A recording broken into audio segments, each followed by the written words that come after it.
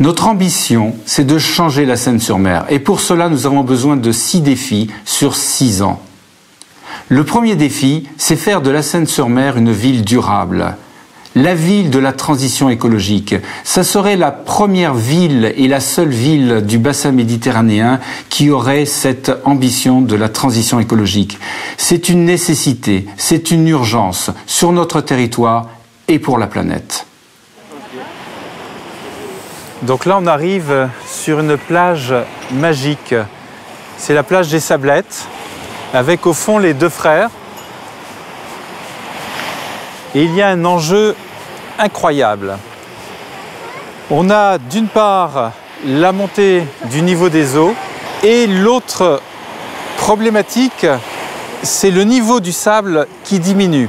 Parce que le trait de côte a été déplacé et avec les largades, les vagues creusent la plage. En 40 ans, la plage a rétréci de 10 mètres. L'année dernière, on a mis 80 000 € pour rensabler la plage de Marviveau, qui a disparu quelques mois plus tard.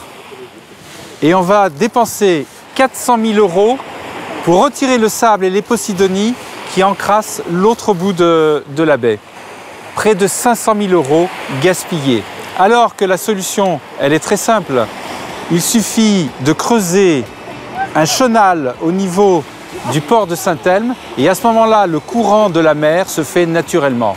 Les solutions pour la Méditerranée, pour la mer, comme pour les terres, ce sont des solutions fondées sur la nature. Nous sommes sur le terrain du Germinal. C'est une vaste friche urbaine depuis plusieurs années. Ce que je propose, c'est de faire dans ce quartier de Brégaillon aux centres commerciaux une grande forêt, un parc urbain et à cet endroit-là, un écoquartier. Cet écoquartier va valoriser le quartier de Berthe. Bonjour, je m'appelle Benhamou Olivier, je suis concepteur et gestionnaire d'écosystèmes, formateur en permaculture et développement durable. J'ai grandi dans les quartiers sud de la Seine. J'ai décidé de rejoindre la liste pour une Seine verte et ouverte, car c'est la seule liste qui prône et pratique concrètement la participation citoyenne dans le développement de la vie politique.